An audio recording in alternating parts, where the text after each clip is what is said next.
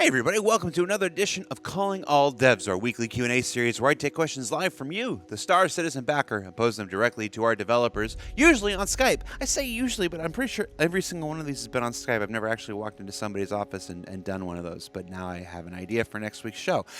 Joining us on the show this week, we have a Calling All Devs newbie, somebody who's never been on the show. We are going to Foundry 42 Frankfurt and our own Vitus Onokis. And we're going to see if I got that right. Vitus, how you doing, man? Hey, Jared. How did I do? Pretty poorly. Yeah. Okay. do you want to give it a shot, just so people know? My name is Vitus Okunis. All right. I'm not even going to attempt it after that. And what is your title with Foundry?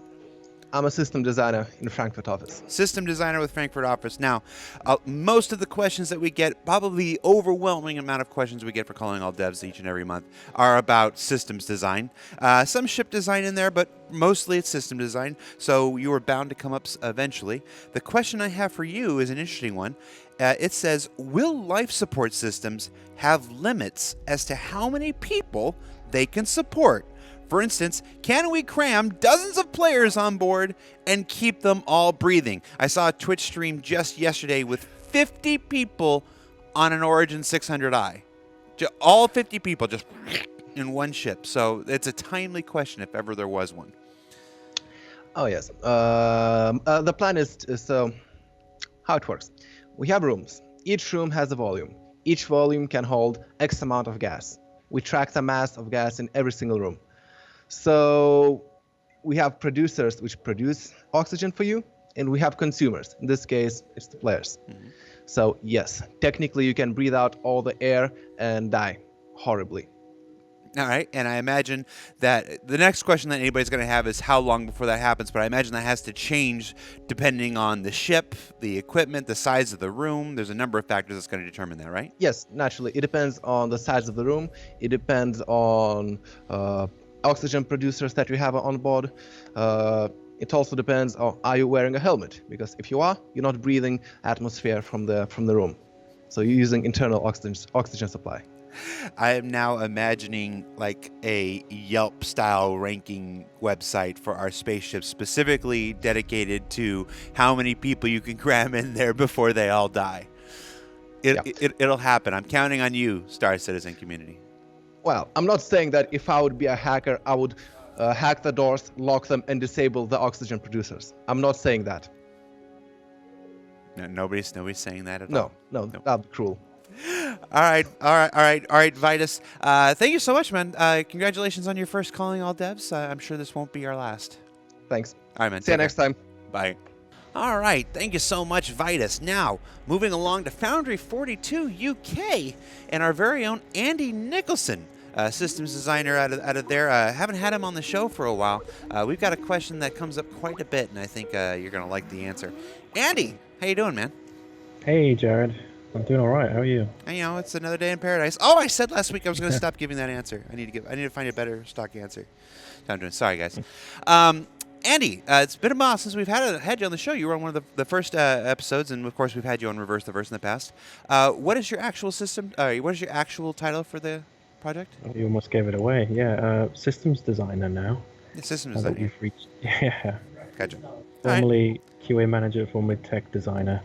Now systems. No, that's a common progression. By the way, a little side note here. People always ask, how do you get into the game? The game industry. How do you become a game designer and stuff? A lot of people start off as QA. QA is a great place to learn, all manner of game design and game support and stuff like that. So we get a lot of good people from our QA system. And Andy. All right. Now, Andy, I got a question for you. It's about keybinds. Right. Okay. Yeah. Yeah, I know you're the keybind guy here. I've done a few of those. Yeah, you're the one who drew the short straw. Thank John Crew. Can we get more keybinds for actions? For example, like starting our engines, power, etc. at some point. I like the inner thought and the cockpit interaction, but I would still like to bind these actions to keys as well for quick access. Yeah, I guess the short answer is yes. The intention is for us to have as many of these as we can get in, and available as actions that are bindable. Anything that you can sort of look around and see and interact with, we want to have shortcuts for. Just for those players that want to use it, really. I mean, not everyone wants to interact in that manner with the stuff physically. Some do, and we want to cater to both. Yeah. So anything that comes in, it probably comes in first as in an interactive button, and it's just about when we have the time to open these up as actions. And Right. I mean, I'm sorry, go ahead. yeah, I was just going to say, I mean, we could design these as much as we want, but we need engineering time to look into them.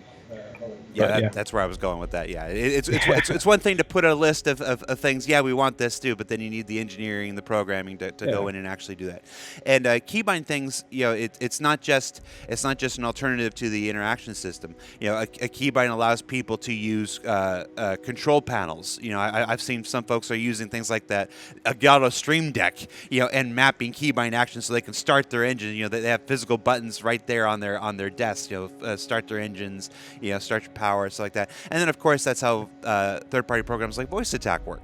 Voice Attack work by another interaction system. They give voice commands, and it triggers a keybind command, and they can start. So that way, you can do start your engines and stuff like that. So having these alternatives to the interaction system, which we all love, just opens up the variety of gameplay options for in the ways that people interact with their ships in the environment, Star Citizen. So we're very keen on that. And you started some of this. We started some of this back in 3.0. I mean, some of these things are already in game. Like I know they mentioned specifically start engines and power on. I think some of those are in 3.2, if I'm not mistaken. Yeah, they should be. I hope so. Yeah. I remember mapping them to all of our HOTAS devices as well. Yeah, so it should be working. There's another thing right there. Again, if it's keybinds, you can map it to your HOTAS and stuff like that. What's the point of a warthog really, unless you can press to open your doors? I think the point of a warthog is to feel that actual metal in your hand and pretend like you're behind an A10. At least that's what I do. I have one and I don't use it for the game. I just every once in a while I just hold it and just pretend I'm a pilot. For me, it's just pressing dials and switches. That's what it feels so good, though. This is not a paid endorsement by Thrustmaster or any of that stuff, guys. So just all right. They're all terrible. No, you just swung the pendulum way the other way. Thrustmaster is not terrible. We love Thrustmaster.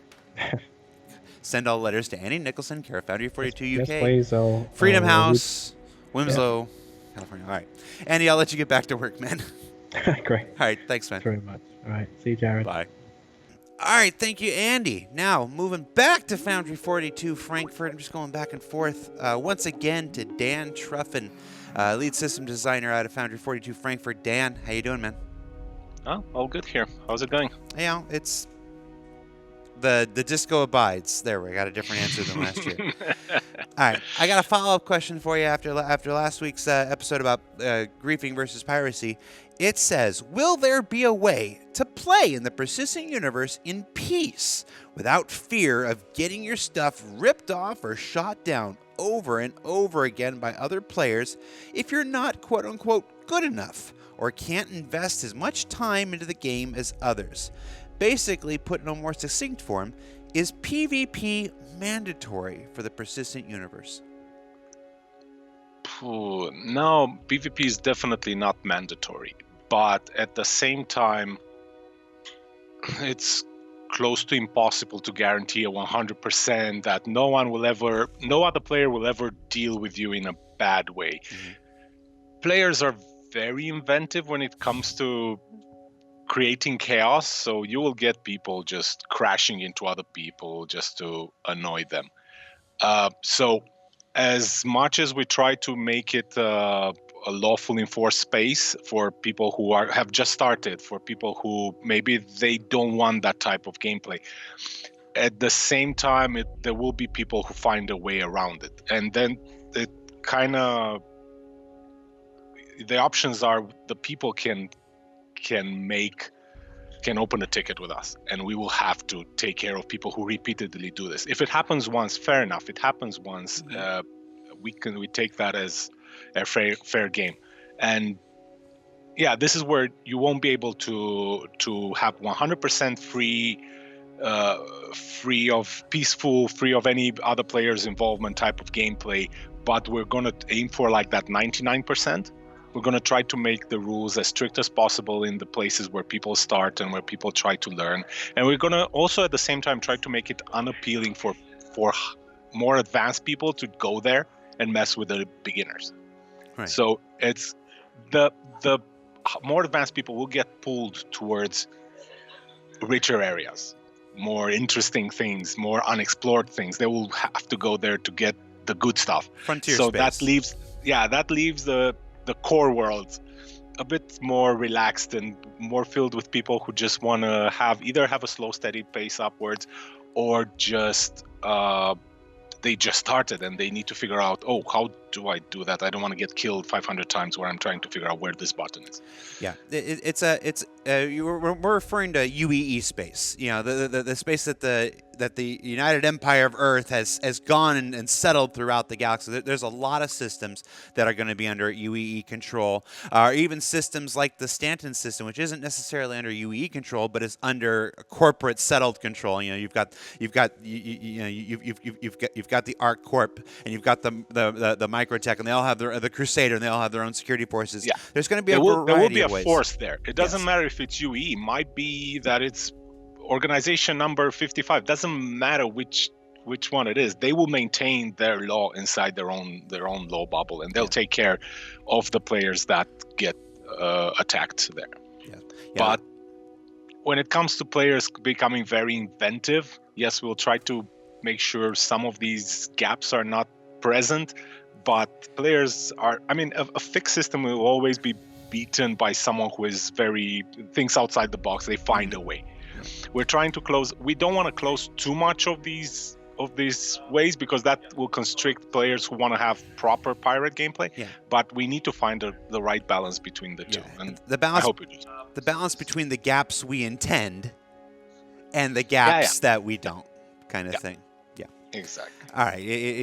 I think that's just how it should be. You want a lawful, safe, enjoyable experience for the majority of folks, but you still want to give enough avenue, enough a purchase there for the folks who really want this other style of gameplay to have options. Not in every place in the world, not in every situation in the galaxy, but enough there to feel like they're getting just as informed and as entertaining a gameplay experience as everybody else. Yeah, exactly. All right, man. That's it. I know you got a meeting to scramble to, so thank you so much, man. Yep. All right, take care. All right, thanks. Bye-bye. Bye. All right, thank you so much. Now we are moving to Foundry 42. We're just bouncing back and forth. It's Frankfurt, it's UK, it's Frankfurt, it's UK. We are going to our good friend Johnny Jasivius out of Foundry 42 UK. Johnny, how you doing, man? I'm great today, Jared. How are you? You know, I'm doing great. I got to come up with a number of stock answers. I have to stop asking you guys, so you guys stop asking me. So I have to stop giving the same answer every single time. I could just be rude. I'll just not ask you next time. F you. All right, Johnny. It's been a while since you've been on the show. What's your title? What do you do for Star Citizen? I'm a senior system designer. I mostly involved in the FPS experience. So recently I've been doing a lot of work with Thorsten and Frankfurt on Weapon 2.0 stuff. So it's getting all the weapons converted over, making sure we're heading in the right direction. But yeah, anything FPS I generally touch on at some point. So yeah. All right, then I'm calling the right person. I got a question for you from the backers. It says, what kind of non-combat personal equipment are planned? They say, are there mining drills? Are there night vision goggles? Are there handheld tractor beam emitters? I think they're trying to make some subtle suggestions there, but we'll ignore that. What kind of non-combat personal equipment do we have planned? Okay, one that I think we've at least touched on lightly in the past is the multi-tool. I think it's called the Pyro multi-tool. Mm-hmm. It has several different attachments, which makes it kind of like a bit of a pocket Swiss Army knife. So if you're carrying the attachments around with you, you'll kind of have the ability to do a bunch of different things. So the main one that we've prototyped the most is the cutting attachment. So you'll be able to cut through specific surfaces. If it's quite a tough surface, you might not have any luck getting through it because it's quite a small tool. It's probably only about this big. So it's kind of like a little pocket welder and cutter. So yeah, you'll be able to cut through certain surfaces. Like if you need to get to a panel of some sort that's locked, you might be able to cut through that surface and actually manage to get to it. One of the other attachments is the repair and salvage attachment. So kind of as an example, say if your Gladius had taken some damage, you could kind of go up to the damaged wing where they've stripped away a bunch of metal from some like laser fire or something. You'll have a repair canister that you can attach to this thing, and you could just kind of start filling that in. So you're kind of repairing mostly superficial damage on there. I don't think you'll be able to kind of weld a busted wing back on with this tiny little thing, but Not with that attitude, you won't, mister. it might take you a while. So if you're persistent, maybe, yeah. Another one that people might be quite interested in is it's a mini tractor attachment. And again, you've got to remember that this thing is quite small. So you'll be able to, in 0G, you'll be able to kind of push and pull things. So you'll either be able to pull yourself towards objects heavier than yourself, or you'll be able to pull things lighter than yourself towards you. But obviously you're not going to be grabbing someone's reclaimer and kind of like tailing along the back of it. It's more meant for kind of pushing, pulling crates around and things like that. But who am I to say? Always with you what cannot be done. Got to be careful around here. Fair enough. I appreciate it. Don't get me wrong. I mean, I'm giving you crap for it, but I appreciate it. Some of the more combat orientated stuff, like the gadgets that we may have touched on very lightly in the past. These are much more kind of in a prototyping phase where we need to actually get them in game and play with them and actually see if they're a good fit for Star Citizen. We don't want to just take a look at, come up with an idea and go, boom, okay, let's take this hologram and, a hologram decoy or something, and it'll be perfect for Star Citizen. We'll go all the way with it, and then we'll put it in, and then we might realize that it's not a good fit. So, we've kind of looked at gadgets and gone like, do we want kind of consumable items? So we've got things like that in the game at the moment with we've got the oxygen capsules and we've got the medical pens. So we're playing with the idea of putting different substances in that thing. They'll have different effects on your character. Like, do we want a stim pack style thing that will kind of temporarily speed up movement speed? I'm not saying they're going to be illegal substances, but we may be skirting the line a bit there. Alright. We've got different. We want to try out different deployables. So if you think about mines, different types of damage on the mines. So you could even have an EMP mine that might mess with people's radars. Explosive mines, like your more traditional blow your legs off kind of thing. And even things like remote turrets. Obviously, remote turrets are a little bit difficult to prototype because we need to see if we can make it work with the weapons we've already got. Yep. So, like I say, we need to make sure that we can actually do these things. And then we've got things like throwables as well, like explosives and even potentially throwable shields. There's a ton of stuff that we can play around with there. But, we've got nothing set in stone. So we've got a lot of ideas we want to play with. Yeah, folks who have followed the project for some time will remember a lot of this stuff, like the personal shields generator and stuff like that. In our early Star Marine prototyping back when Ilphonic was with us and working on the project back then.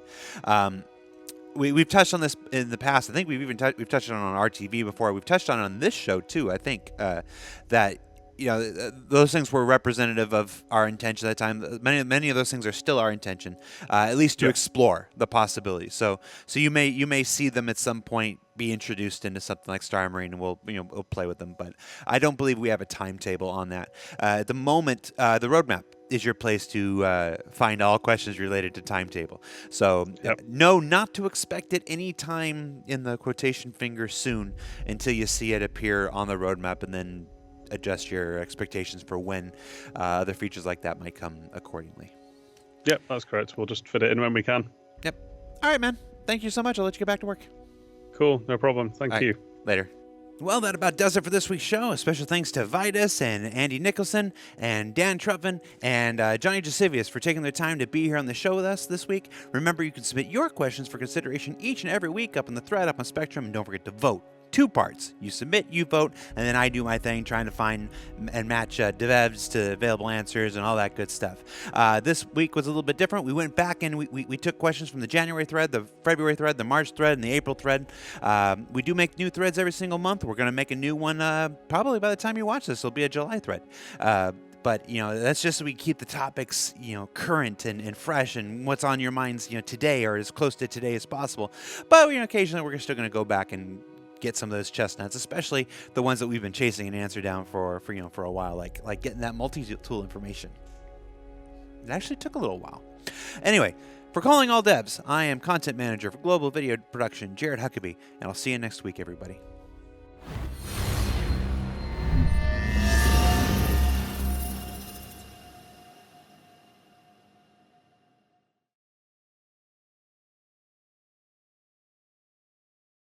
Thanks for watching. For the latest and greatest in Star Citizen and Squadron 42, you can subscribe to our channel, or you can check out some of the other shows, and you can also head to our website at www.robertsspaceindustries.com. Thank you very much for watching.